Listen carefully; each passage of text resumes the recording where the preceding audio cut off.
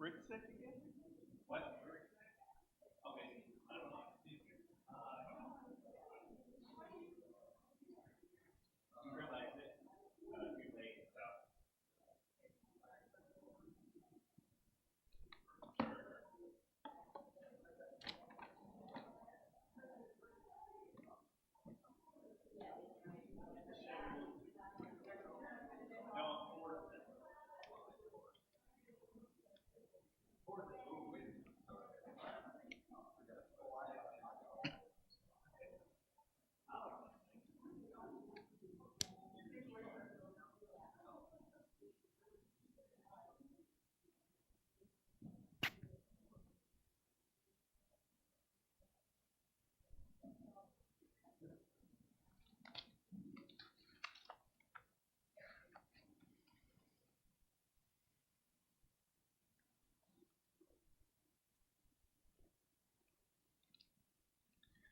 All right, so if for some reason you weren't here or if you forgot where we were at, in the worksheets it is lesson 4, and that would bring us to question 4, like I have up here on the PowerPoint. It does help me to have a PowerPoint to kind of know where I am going along. And in the actual chapters, we're in Job chapter 16. Give everyone a moment to get there, and myself.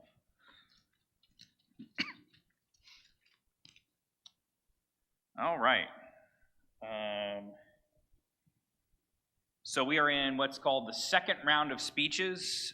Job and his friends had a whole lot to say. They were specifically really upset with him because he cursed the day he had been born. And they had basically said, Job, the only reason you're going through trouble is you must have done something wrong. In the second round of speeches, they have doubled down. At least Eliphaz and his friend Bildad are basically doubling down on this point. So we're going to consider really more of what Bildad said today.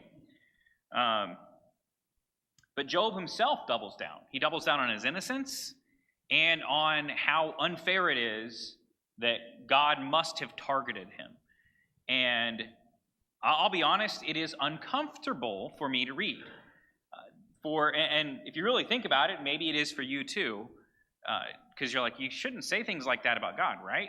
You know, God is like got me in his sights. I wish he would just forget about me. I wish God would just give me up and leave me alone. He makes wicked people prosper and he hurts righteous people. You can't even talk to him. You know, it sounds like just really negative, really upsetting. However, we talked about this. When people are grieving, when they're in sorrow, when they're in physical pain, because keep in mind, Job is covered in head to toe in boils.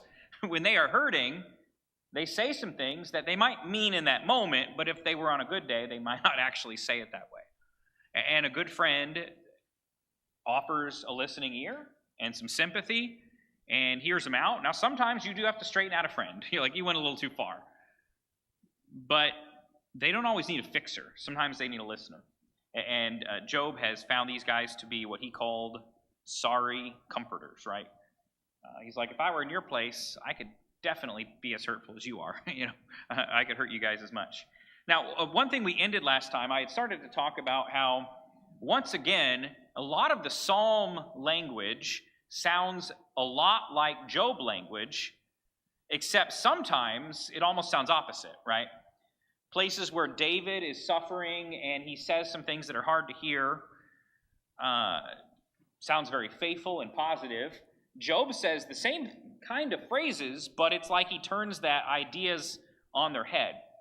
Now, I believe Job lived before David and the story took place before David, but it's possible that this story was so well known that David and Solomon and others that wrote some of the Psalms might have kind of incorporated some of these elements from Job, but spun them in a little bit different way.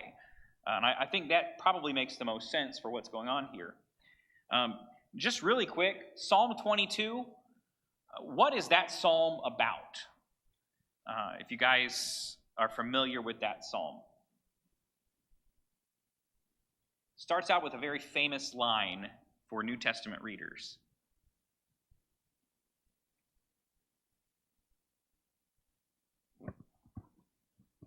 Well, it's the one that starts out, my God, why hast thou forsaken me? Yes. So a lot of the ideas from Psalm 22, which is David feeling like an innocent sufferer, like he's surrounded by friends that should have been friends, but now they're enemies, and he feels all alone. He feels like God has abandoned him. Sounds very similar, doesn't it? Right? Psalm 35 is a psalm that talks about some of the more, these enemies and adversaries and betrayal, things like that. Psalm 69, we probably are also pretty familiar with the elements from that because they're stuff that Jesus says and does on the cross, right? These are things that are innocent sufferers suffering for doing good. And a lot of the language is very similar. Someone feels betrayed by God even. So, by the way, what this tells me is it's not a sin to talk this way, is it? It's not a sin to sing or pray or write down or just say out loud, sometimes I feel like God has it in for me. Now, on one hand, you might say, well, that feels like a sin, right? But you might say, what is God going to give me now? What's he going to let happen to me now? Just merely expressing your feelings, that is not sinful. And we need to let room for that in our own life and in the lives of those that are going through stuff. And if David and Job both end up justified in their words, they say things like this, which are shocking. It just doesn't fit in neatly with our positive New Testament Christianity picture, right? Although, if you really think about it, some of the people in the New Testament weren't going through great times either, were they? Right? And how many righteous people really went through pleasant times most of their life? I think you'd be hard-pressed to find them. Just kind of on this kind of topic, does anybody have anything you want to talk about or share or even ask or think out loud? Question 4 or anything related to this particular topic?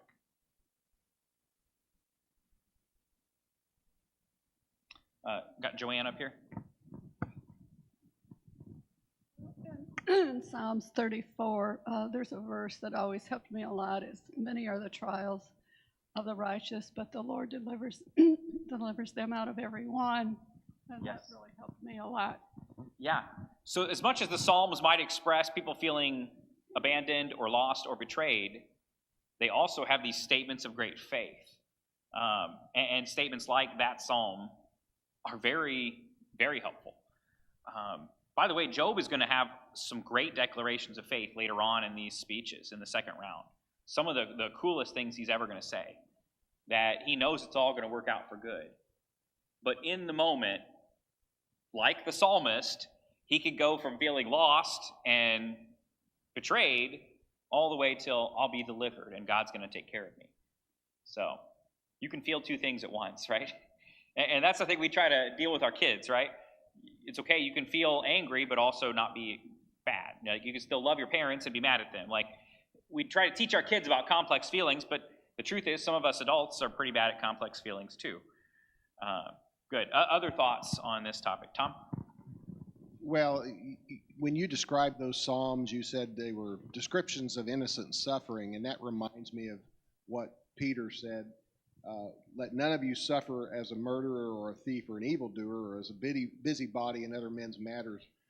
Yet if any suffer as a Christian, let him not be ashamed, but let him glorify God on this behalf.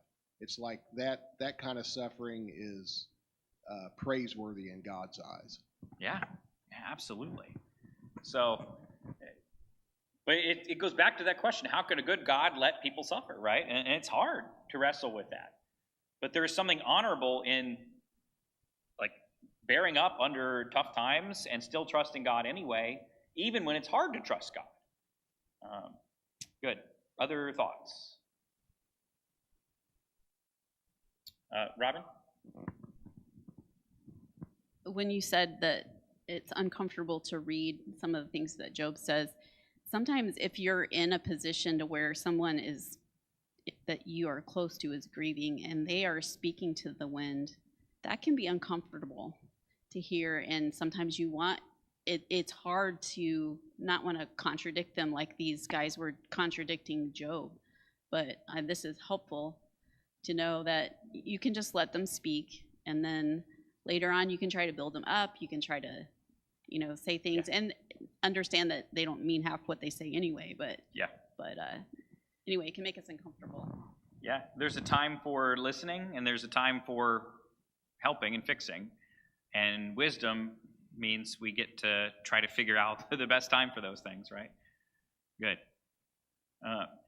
I encourage the study of Old Testament poetry, not just the positive moments and the uplifting moments, but also things like some of the darker Psalms of Lament, the book of Ecclesiastes, and Job, where life isn't grand.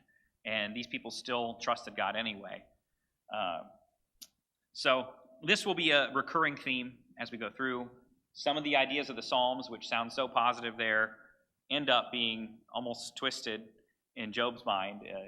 Things that should be positives, he doesn't feel that way in the moment. Let's go ahead and go to chapter 17. We did not read any of chapter 17. I'd like to look at that. So after kind of answering his friend, this is kind of his feelings at the moment. My spirit is broken. My days are extinguished. The grave is ready for me. Surely mockers are with me. My eye gazes on their provocation. Lay down now a pledge for me with yourself. Who is there who will be my guarantor? You've kept their heart from understanding, therefore you will not exalt them. He who informs against friends for a share of the spoil, the eyes of his children also will languish. But he has made me a byword of the people, and I am one at whom men spit. My eye has also grown dim because of grief, and all my members are a shadow. The upright will be appalled at this. The innocent will stir himself up against the godless. Nevertheless, the righteous will hold to his way. He who has clean hands will grow stronger and stronger. But come again, all of you now, for I do not find a wise man among you. My days are past, my plans are torn apart, even the wishes of my heart. They make night into day, saying, the light is near, the presence of darkness. If I look for Sheol as my home, I make my bed in darkness. If I call to the pit, you're my father. To the worm, my mother and sister. Now, where is my hope? Who regards my hope? Will it go down with me to Sheol? Shall we together go down into the dust? So, as he starts out, he's sharing that, some of these people, they just have no real grasp or understanding of what it's like to be him. He is broken. He is a broken man. And to the world, his reputation has taken a hit, hasn't it? Whereas he would have been trusted for wise decisions, sitting at the gate with the other elders, now he is spit upon. He's like, they call him byword. He's like, did you hear about what happened to good old Job? And people shaking their heads at him, walking by on the other side of the street, that kind of an idea. Now, what does he say here, though? Because what are some things you notice from chapter 17? Harvey?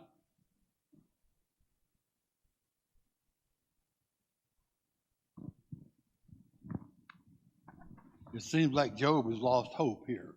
I guess he thinks he doesn't have a friend left in the world because he thinks God has deserted him, but he definitely doesn't have hope here. Yeah, that's dangerous, isn't it? I think he has faith, but without hope, faith is kind of, it doesn't keep you going, does it, right? Hope is that missing element. Go ahead, Tom. Yeah, I was going to say exactly what Harvey said, hope. He says in verse 15, now where's my hope? Yeah. But I think also he has no joy whatsoever. Yeah. And what is there to be joyful about? He says, all my future plans, everything I looked forward to in life. I mean, if he had 10 kids, he probably was looking forward to the day he has 100 grandkids, whatever, if they all had big families back then. He's like looking forward to good things in the future, a bountiful life, sharing with others, helping people.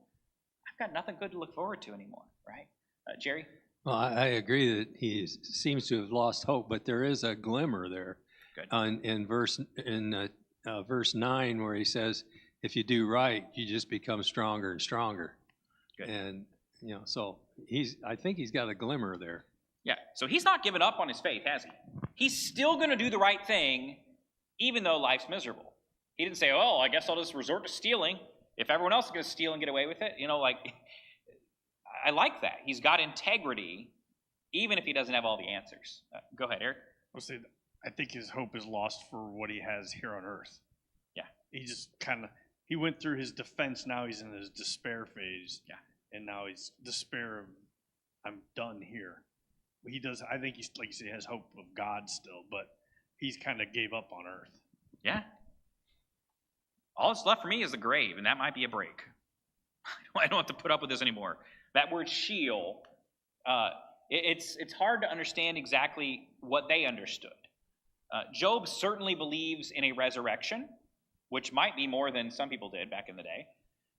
And he has an understanding of life after death eventually.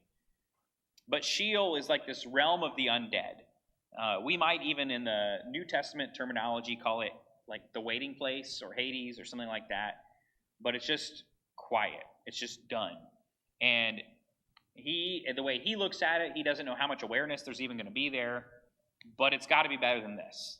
But that's all I've got left to look forward to is the day I'll die and be worm food.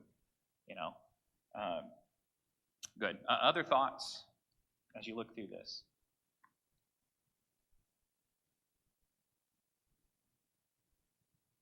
And you guys have already kind of mentioned some of the things here that I put down, but no hope, he says there's nobody to listen to his side of things too, right? Did you notice that?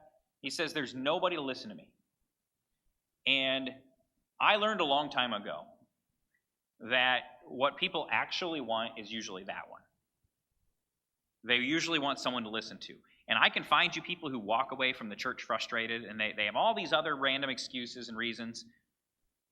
In many cases, someone feels like their side of the story was never heard. Now, by the way, that could be completely inaccurate. I understand. Coming to it, maybe people have tried to listen, or they have listened and it was nonsense, or, but if someone doesn't feel listened to, the kind of things they might say, I don't know what difference it would make anyway, so I just keep my mouth shut. Maybe you felt that way before. I don't know why I bring it up anymore, because nothing ever changes. And that's kind of the Ecclesiastes, right? Nothing new under the sun.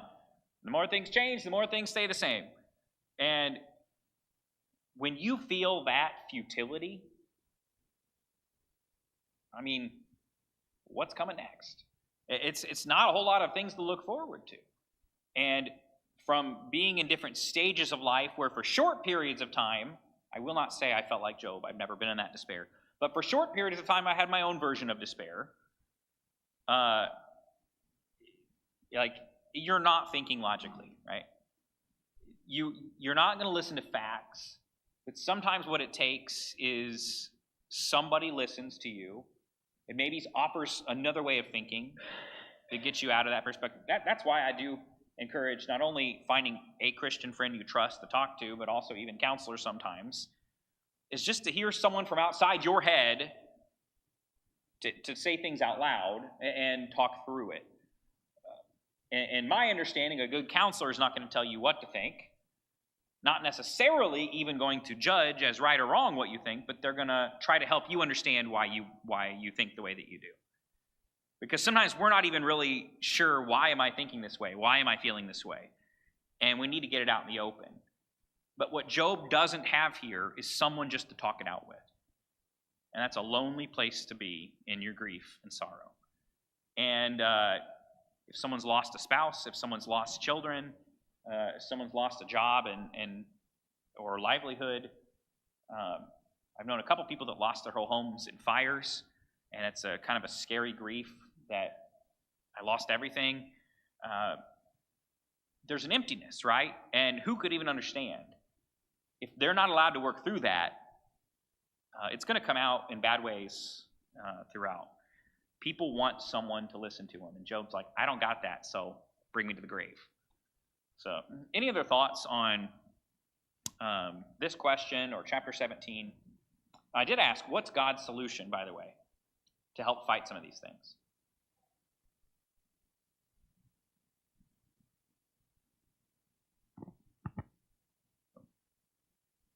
Scratching your face is risky, Jerry.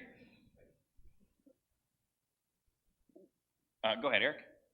I mean, what are you looking for me by like solutions on? I guess that's the point. Okay, sure. Elaborate. If people are feeling this way, what has God set up in the world to, I guess, help people when they feel that way? Go ahead. I mean, there's people at the church, so Good. you're not alone. You may have that despair. I mean, then he has, I guess, one that I work on. Like you said, you get in despair. Like I say stuff, but it doesn't make a difference. God goes through that. I do these things, and we're going to sin anyways. So I mean, everything I feel, God has felt. Has felt. I guess not felt. Has felt. So I mean, I know a lot of people say that doesn't make me feel any better, but if the truth is, it is what it is. If God wouldn't let it happen to me if I can't deal with it. Yeah. If you're frustrated as a parent, God felt that with the children of Israel. If you're frustrated as a spouse, God felt that with the children of Israel. If you're frustrated with anything, right? In some way, God felt that. And in the person of Jesus, he felt it in a body and a mind like ours, too. So, good. Other thoughts? What are some of God's solutions for these types of feelings? Go ahead.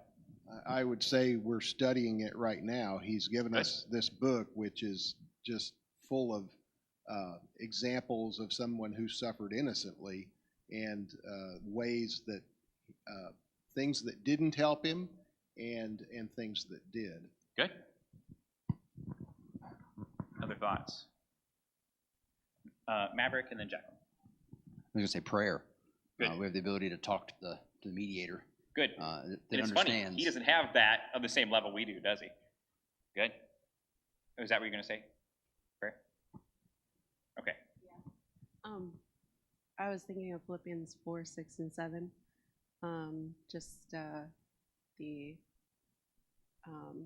When you're feeling anxiety or you can say or no hope, he talks about the importance of prayer and the addition of thanksgiving along with it.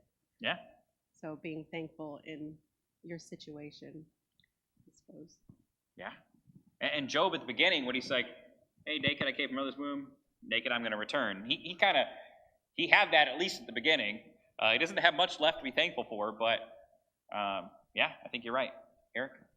Go back on what he said. That Job is a worst case scenario, and I know that and I've told people that it could be worse, and they say, well, that doesn't make me feel any better, but it's true. And Job was the worst case scenario, but God rewarded him 100 times over in the end. And just to break out, I think our culture is infatuated with what makes me feel better instead of what is right. Yeah. And by the way, James tells us to consider Job. Right? So you're right. The sorrow that he went through, that is the story we're supposed to consider as we're going through our stuff. I summed it up too. I think everybody, what you said was right. But I think ultimately what he's looking for is Jesus too. What we have through Jesus, a constant, unrestricted access to God, knowing that he hears and he listens and he acts, knowing that his son experienced what we go through. Job, he always thought God's unreachable, or he's not on my level, he can't relate. But we have a relational God through the person of Jesus who gets it. And I think that's so powerful. Think for a moment, though. I think what they are doing here is important. They are thinking through and talking through problems and grief. What do a lot of people do that is unhealthy with their grief? There's probably a couple of wrong answers for what they do. Where do some people turn when they're going through hard times? I can think of two things. They bottle it up, or they try to comfort it with drugs or with alcohol or something like that. Yeah. The way I refer to it, self-medicate, right? And it is a distraction. I used to, how could someone, drink that much or do that many drugs and just waste away their life, and they're just laying around just feeling high all the time? But you realize people are super unhappy. And sometimes it's their fault, sometimes it's not. I'm not here to cast blame or to speak in specifics, but people aren't happy, and so they try to distract it away, whether numbing themselves with something like alcohol or getting high on some kind of a drug that will make them feel good in the uppers, but you're chasing that high because you're not going to feel that same high to the same degree again, and it takes more and more to try to get there, or they just stay busy. Like you said, sometimes they don't even talk about it or don't even think about it, which is one of the most bitter, horrible things you can do, is just bottle it all up. Entertainment, they throw themselves into work. Instead of maybe talking it through with their spouse and trying to let their spouse know how bad they're feeling, they just get angry all the time at home, and so they spend extra hours at work every time they can get an extra shift. I've known marriages that fell apart because of that, because people didn't learn to open up. And people, instead of actually talking it through and dealing with problems, and obviously turning to God and his people, they try to either solve it or maybe don't solve it, but all on their own. And that's a recipe for disaster. That's why I like the book of Job, is because we learn what's healthy and what's not as we're working through all of our problems. Other thoughts on that idea or chapter 17 in general? Jerry and then Connie. As far, excuse me, as well as knowing what to do and learning what to do, we have examples of what not to do. And that can be just as important, because sometimes we have a tendency to slide into being like his friends. And so we have to be very careful that we can see how what happens because of that. Yeah. And so a bad example can be just as good for us as a good example. Yeah, we want to be the right kind of comforters for people going through stuff, so we don't actually add to their problem, right? Connie? I was thinking another thing. Then you were talking about things to do. One of the biggest, and I've heard a lot of people say that when you're going through things, find someone that you can help. And usually you're going to find someone else that has worse problems than you.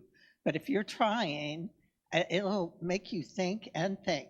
Like Jacqueline was saying, not only do we pray for good things, we need to be thankful. And there's always something to be thankful. And so you do that and you try to help others, I think that's going to make a big difference. Yeah. Not a bad idea at all. One thing that goes out the window is you thinking about other people when you're in the middle of your grief. Now, not judging someone for that. I mean, if you're in the midst of it, it's hard to think about other people. But getting outside of ourselves can be really important, right? And think about, who did Jesus think about on the cross, too? I know that's a high standard, right? Forgive them. He thought about the whole world. I'm not saying you're there yet, but that's the lofty goal we're reaching for, right? To get outside of ourselves and to focus on others. Not that he didn't dread his own grief and pain and all that, but his love for other people ended up being more. Job's kind of at the bottom. I don't know if he could have found anybody worse, but he was self-absorbed in all of this. I'm not saying that to judge him. That's the reality of grief, right? By the end of the book, he'll be a different person, but this is in the middle. Okay, let's look at Bildad's second speech. Kind of a rough one to read. I don't like Bildad very much. So Bildad the Shuhite responded, "How long will you hunt for words? Show understanding, and then we can talk. Why are we regarded as beasts, as stupid in your eyes? Oh, you who tear yourself in anger, for your sake is the earth to be abandoned, or the rock to be moved from its place? Indeed, the light of the wicked goes out. The flame of his fire gives no light. The light in his tent is darkened. His lamp goes out above him. His vigorous stride is shortened. His own schemes bring him down. He is thrown into the net by his own feet. He steps on the webbing. A snare seizes him by the heel, and a trap snaps shut on him. A noose for him is hidden in the ground, and a trap for him on the path. All around, terrors frighten him and harry him at every step. His strength is famished, and calamity is ready at his side. His skin is devoured by disease. The firstborn of death devours his limbs. He is torn from security of his tent. They march before him, the king of terrors. There dwells in his tent nothing of his. Brimstone is scattered on his habitation. His roots are dried below. His branch is cut off from above. Memory of him perishes from the earth. He has no name abroad. He is driven from light into darkness, chased from the inhabited world. He has no offspring or posterity among his people, nor any survivor where he sojourned. Those in the west are appalled at his fate. Those in the east are seized with horror. Surely such are the dwellings of the wicked, and this is the place of him who does not know God. What makes Bildad so offensive here? There's a list, but what do you find offensive about the sorry way that he's comforting here? What does he say that's harsh? Go ahead, Eric. Like at the beginning, it sounds like he's telling you to stop being an idiot and listen. Yeah, like, are you the only smart person out there? You think the whole world revolves around you? Everything's just all about you, Job, right? We're all just dumb beasts, and you're the smartest person that ever lived. So he already starts with an insult. And by the way, if you start your argument with somebody because you've been insulted, that's a bad place to start. You're probably not starting in a logical place, right? I think we see this with political debates sometimes. That's just the ones that are out in the open. Like, how dare you say this about me or my party or my family or my idea? And they start at a place of personal offense instead of logic. It's already going to go downhill from there, isn't it? What else does he say that's offensive here?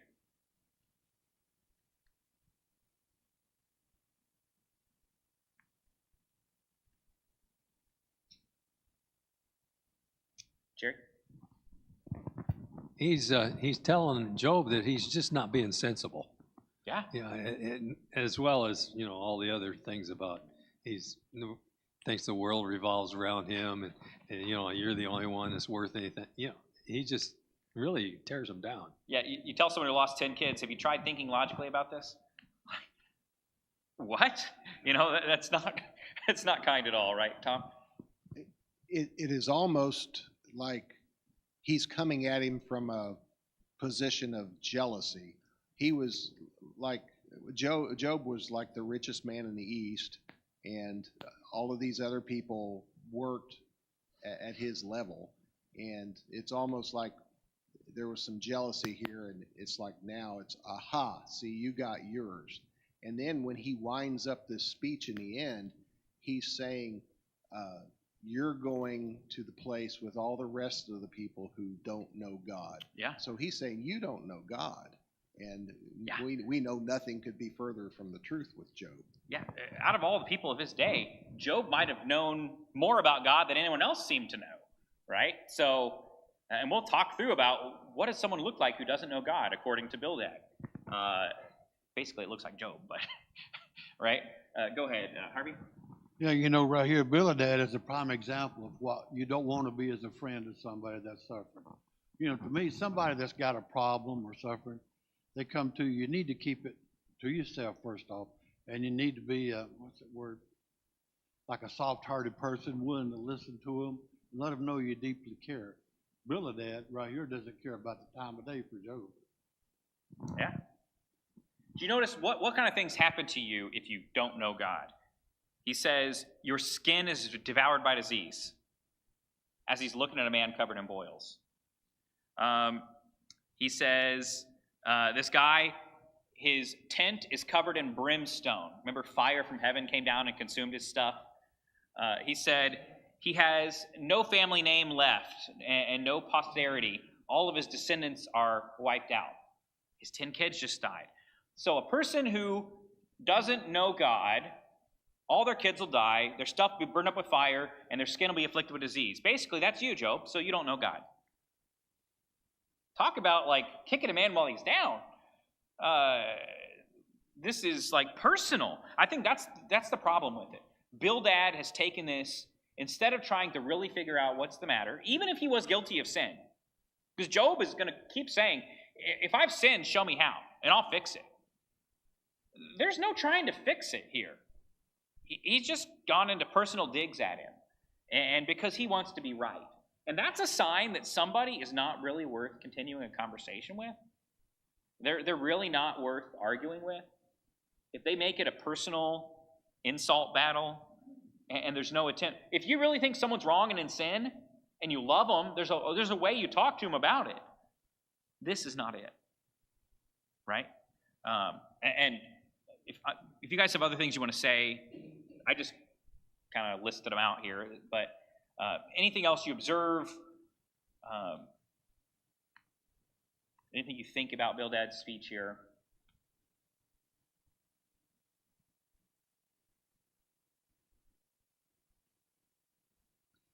And it's funny, Bildad made Job's problems all about himself.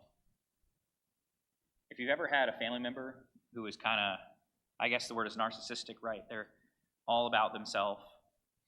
And you try to go to them for help with your problem, it's suddenly, they want to make it all about them. Or they're offended somehow. You know, I've known people who had parents that were kind of that way, and they tried to go to their parents for help.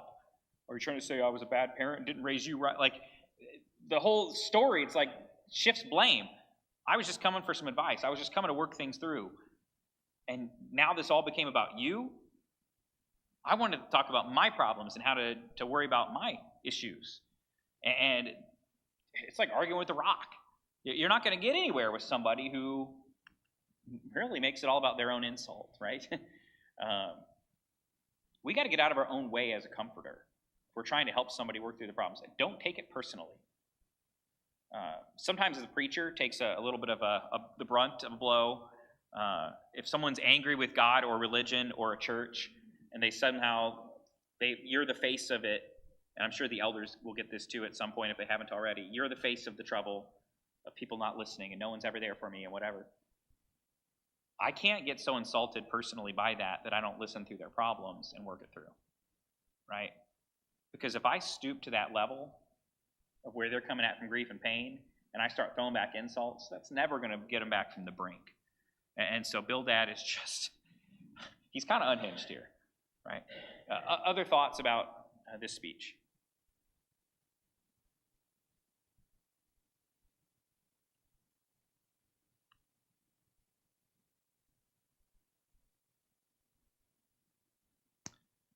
I kind of already talked about this, but do you guys have any thoughts? How might we become guilty of the same things, become sorry comforters? Have you seen it before? Have you experienced it before? Have you been it before and realized the error of your ways? If you guys have tips on avoiding becoming a Bildad, I'm curious what you guys thought about with this question. Go ahead, Jacqueline. Kind of keeping in mind that people who are going through grief and other horrible things, that they might lash out and not mean to. And in this case, I think Job did mean to a little bit, but like you said, not taking things personally, trying to keep that in mind when you're going to someone like that, and not kind of like when you're having a debate between two people, sometimes someone focuses on the one thing that was said, and then they're thinking about how they're going to combat it instead of listening to the whole thing, and then giving some time before you just lash back. Yeah, good. Yeah, the real issue here was not that Job cursed the day of his birth. It was Job has experienced great loss and needs some friends. And they lost sight of that goal, didn't they? Focusing on the things that they were trying to argue. And this is not, logic is important, but that wasn't how you're going to win this situation and solve it, right? Good thoughts. Any other advice on how not to become a Bildad? How do we be a good comforter?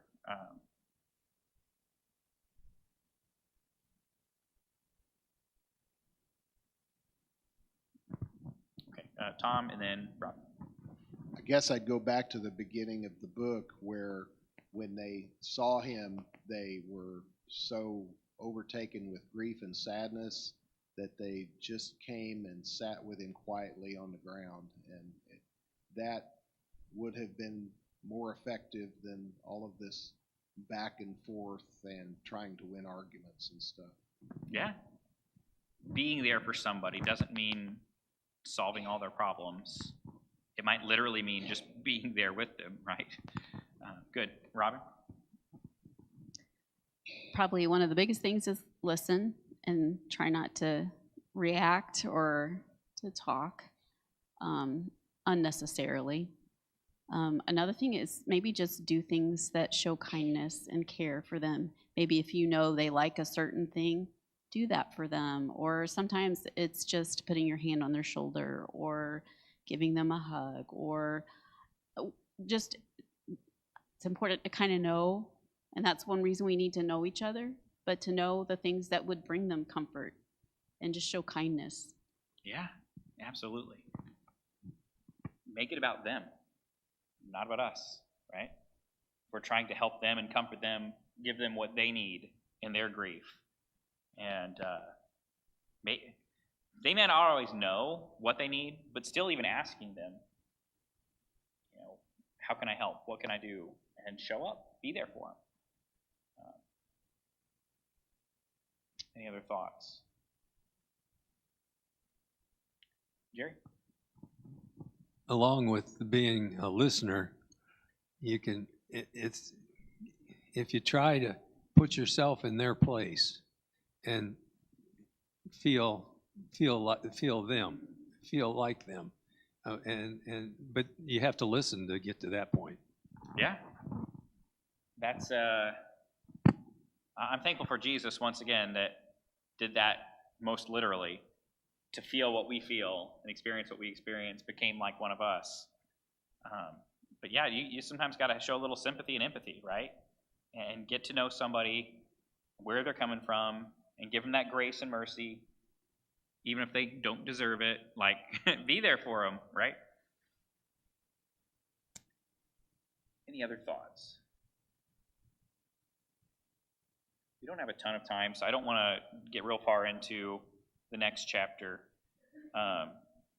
But I want you to look at how Job feels about Bildad's, his speech here. Let's just read a couple of verses from chapter 19. Job responded, "How long will you torment me and crush me with your words? These 10 times you've insulted me. You're not ashamed to wrong me. Even if I have truly erred, my error lodges with me. If you indeed vaunt yourselves against me and prove my disgrace to me, know then God," and we'll get to the next section, but that's where he feels like God has done something to him. But those first couple of verses, right? Even if I've sinned, what good have you done in what you've just said, right? There may be a time and someone is in deep suffering and grief, and they brought it on themselves. But we could still approach them in such a way that we crush them, right? The book of 2 Corinthians talks about a man who had done some horrible sin, ended up having a relationship with his stepmother, and God had written they shouldn't even associate with him, withdraw from him, don't let him be part of your church. He needs to be taught that that's not okay with social pressure. And he comes back and he's sorrowful and he's repentant and he wants to change. And God is very clear, what Paul writes there, don't crush this man. He's hurting enough once he realized what he did and he lost the support and love. Now is the time to go in and offer comfort to this truly repentant guy. So even if someone is in sin, there's a way you talk to him, right? And even if they deserve what they got, even if something happened to them, I told you so, and you should listen to me, and I'll never look at you the same, and there's all the kinds of things that might be said. Now, I'm not talking about if someone murders or commits a capital crime and you need to report to the police, granted. But regardless, besides that, if someone has done something bad, and you've got to find a way to bring them back if they're truly repentant. He says, if you really thought I was so wrong, what have you done? And I'll just share this. I know I've shared it before. when I preached in northern Michigan. I was there for like a year and a half. And the very last Sunday I was there, it was supposed to be like a going away party. This one lady, hey, I want to talk to you. And she said, I feel like you've been really lazy in your time here. All those churches you've been getting money from, you should have told them how little work you were doing. You didn't do all these things. And I was like, what? When was I not doing the stuff you thought I should be doing? Why are you telling me on the day I'm leaving? Well, if you loved me and I was sinning and I was wrong, why didn't you tell me? Right? What good was that supposed to do, blasting somebody on their last day with you? I'm a young man. I was like 22, 23. If I'm in sin, correct me in love, right? And that's somebody who had an axe to grind, as we say, right? And I was kind of messed up after that for a little bit. Was I lazy? Was I worthless? Was I wasting the church's money? Was I no good at what I was supposed to be doing?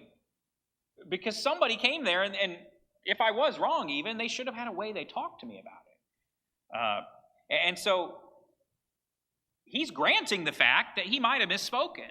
He's granting the fact that he might have been in error in some of the things. But he's like, you guys have not helped in the least to make me a better person in these speeches. They've been all about this crushing me. You're ganging up on a man who's already beat down as far as he can go. And he's going to go on to say, it feels like God's crushing me too. So he gets help from no side. So just worth noting, even if someone's brought on the suffering on themselves, that still doesn't mean you crush them like Job's friends did, right? I look forward to doing the rest of chapter 19 and maybe finishing this section of speeches in our next class. Thank you, everybody.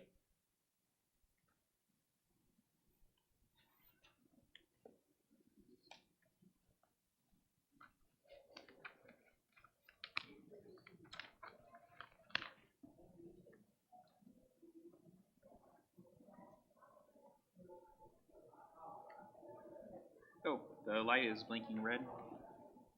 All right.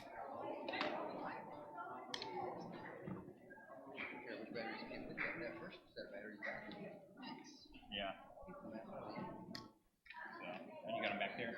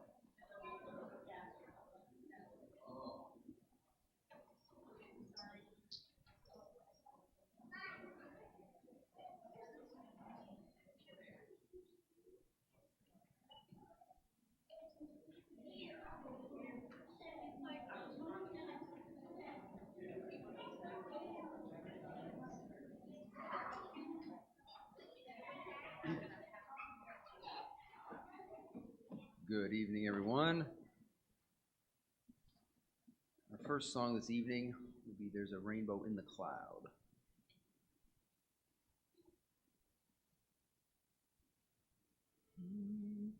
As I journey here mid the toil and tears, there's a rainbow in the cloud. He will safely lead, I must have no fear. There's a rainbow in the cloud. There's a rainbow that's shining. There's a rainbow in the cloud. When life's race is run and the victory's won, there's a rainbow in the cloud. And storm and rain, fields of golden grain, there's a rainbow in the cloud. Winter's cold and pain, summer's harvest grain, there's a rainbow in the cloud. There's a rainbow that is shining. There's a rainbow in the cloud.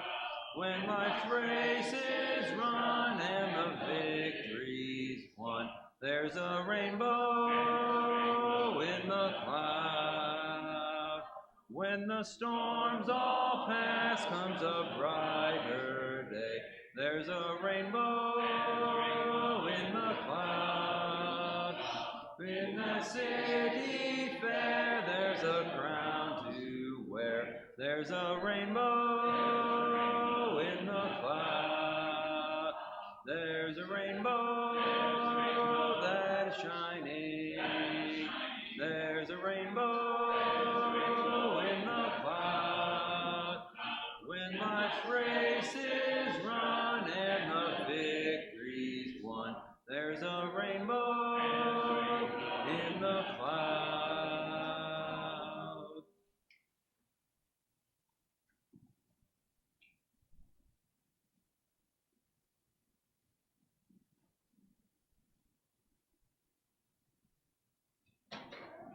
Good evening.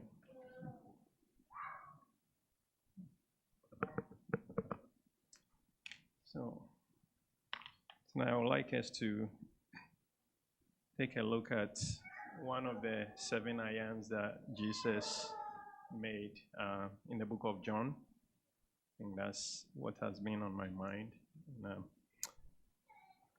And we are going to be in John chapter 13 and into John chapter 14. So one of the declarations of the I am that he made in the book of John is, I am the way, the truth, and the life. And I'd like us to review some of these a little bit in depth as it applies to us. So these words were spoken by Jesus during the time when his time of going to the cross had come, and he was trying to prepare his disciples as well, so they can be comforted and also can truly know who he was and what he had been with them throughout the time that he was with them. So the context here, as it's presented to us in John chapter 13, verse 33, he said, "Little children, yet a little while I am with you. Where I am going, you cannot come." And then the disciples did not understand what he was trying to tell them. So in verse 36, they asked Jesus that, "Where are you going?" And he said, "Where I am going, you cannot follow me, but you will follow later." And they were still confused and deeply concerned by the words that Jesus was speaking to them. The disciples struggled quite a bit to comprehend the words that Jesus spoke to them. Even though they had been with Jesus for all these years, of tutorship with, with, with the master. So moving to chapter 14, the true statement of I am the way, the truth, and the life really Jesus brings that to light. So Jesus kept speaking more plainly so that they could understand. I am in my Father's house are many mansions. I go to prepare a place for you. Then he also added in verse 4, and you know the way that I am going. So at first, he had told them that, where I'm going, you cannot come. And now he's speaking to them plainly, and he's telling them that where I am going, you know, because I have been with you all this time. And with what I've spoken to you and what I've taught you, you should know where I'm going. But Thomas, speaking on behalf of the 12, will respond in an honest manner. Lord, we do not know where you are going. How can we know the way? And Jesus answered with one of the most profound declarations that we see in John chapter 14, verse 6, saying that I am the way, the truth, and the life. No one comes to the Father except through me. So I'd like us to spend a few minutes on each of those phrases that Jesus had used over there. So the first phrase that he had used was, I am. So the meaning of the I am is basically the self-existing one, or to be. The phrase I am is deeply significant, and it identifies Jesus as that self-existing one, the eternal God. And in the book, in the Hebrew word, when we look at this I am, this corresponds to the name Yahweh as it pertains to God's name, the divine name revealed to Moses when God spoke to Moses in Exodus chapter 3, verse 6. He said, I am the God of Abraham, the God of Isaac, and the God of Jacob. And Jesus repeatedly used these I am statements in certain points of time in his ministry. In John chapter 8, verse 58, he will use the same concept that he declared to the Jews, before Abraham, I am. Yes, he was before Abraham, but he is also the definition of I am. That same mindset of the Hebrew word that is ascribed to God as Yahweh. In Matthew chapter 28, verse 20, when he gave them the Great Commission, he promised them, I am with you always to the end of the age. And this is the same Jesus who is saying, I am with you, but then I'm also the I am that is with you. When soldiers came to arrest him during the time that they were going to crucify him, he said, I am he that you are looking for. And the force of those words, according to the Bible, tells us that they all fell to the ground. That tells us of how in depth the phrase I am means, that it signifies that a self-existing nature of God, that Jesus, in essence, was also God. So Jesus was not mistakenly declaring himself to be the eternal God. Then the way, the only path to the Father, Jesus said, the way, not a way, the way, not a way, because there could be so many ways. So when he says, I am the way, it means that there is only one way. There is only one path to God, and he is the way. That definite phrase also means it is the only path to salvation, the only path to God, and the only path that we all can gain eternal life. So although the disciples had walked with Jesus for all these years, they still were confused with some of these sayings that Jesus was saying. So from the very first encounter that Jesus had met the disciples, when he called them one by one, he used phrases like, follow me, follow me. You follow me, I am the way, so follow me. Come and see, come with me, stick with me, and I will show you the way. All making it clear that he is the only path to God.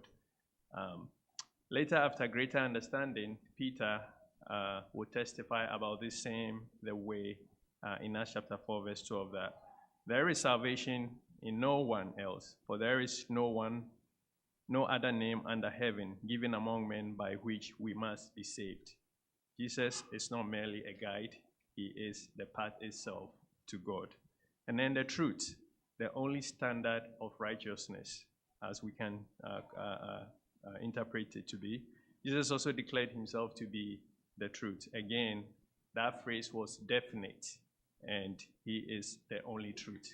There aren't many truths out there. There is only one truth, and he is that truth. So the psalmist wrote in Psalm 119, verse 142, "Your righteousness is righteous forever, and your law is true." Jesus affirmed and testified by fulfilling all truth throughout his teaching. And especially when we look at the Sermon on the Mount, there is a lot that Jesus said that attests to the fact that he was the truth. He repeatedly said, "But I say to you," he clarified God's law by revealing its truth intent. Anger as the root of murder, he used that in the Sermon on the Mount, that we should be very mindful of being angry, because with that stems the root of all what? Murder. He also talked about looking at a woman lustfully.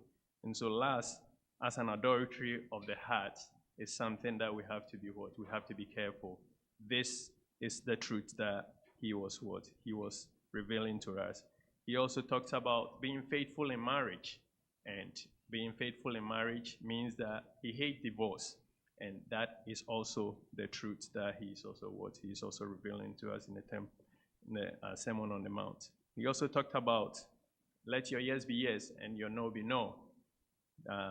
Telling us that integrity without oath is something that is of high value. He also told us to love our enemies, even when they hate us. So loving our enemies and praying for them, even during the time that they are persecutioners, is the truth, and the only truth that we can abide by. So Jesus does not abolish the truth, but he actually He actually embodied that whole truth. And then the last phrase of this declaration here, the life, the source of eternal life. As Jesus spoke about his coming death, he also proclaimed himself as the source of life. And so in John chapter 10, verse 17 to 18, he tells us that I lay down my life and I take it up again. He is the only one who has that who has that power and that authority to lay down his life and also to take it back. And that he is the embodiment of all life, eternal life, that is with the Father as well. His authority over life and death granted by the Father was absolute. John chapter 14, 19 tells us that because I live, you will also live. He is what? He is the light. So throughout his death and resurrection, Jesus delivered from us bondage of sin and death, and he brings us into an eternal life and freedom. So what does that mean to us? These words Jesus declared, the great I am, the only path to the Father, the true measure of righteousness, and the source of both physical and spiritual life.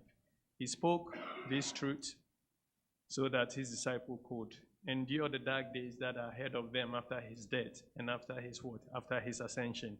And also they could faithfully carry forward the mission that they were going to carry to the whole world. And I think if you're a child of God tonight, this I am the way, the truth, the life, I think is something that we have to hold on to, because by sitting here is an indication that we have believed in him, and we know that he has the words of life, and he has a place for us when all is said and done. If you are not a child of God, there is an opportunity for you to make Jesus the way, the truth, and the life, because he is the I am, and he is the one who stands to give you eternal life. So if you have any need that we're able to assist, you may come as we stand and sing. All the way my Savior leads me. What have I to ask beside? Can I doubt his tender mercy, who through life has been my guide? Heavenly peace, divinest comfort, here by faith in him to dwell. For I know whate'er befall me, Jesus doeth all things well. For I know whate'er befall me, Jesus doeth all things well. All the way my Savior leads me, cheers each winding path I tread, gives me grace for every trial, feeds me with the living bread. Though my weary steps may falter, and my soul athirst may be, gushing from the rock before me, lo, a spring of joy I see. Gushing from the rock before me, lo, a spring of joy I see. All the way my Savior leads me, oh, the fullness of his love. Perfect rest to me is promised in my Father's house of love. When my spirit turned immortal, and then fly to realms of day, this my song through endless ages, Jesus led me all the way. This my song through endless ages, Jesus led me all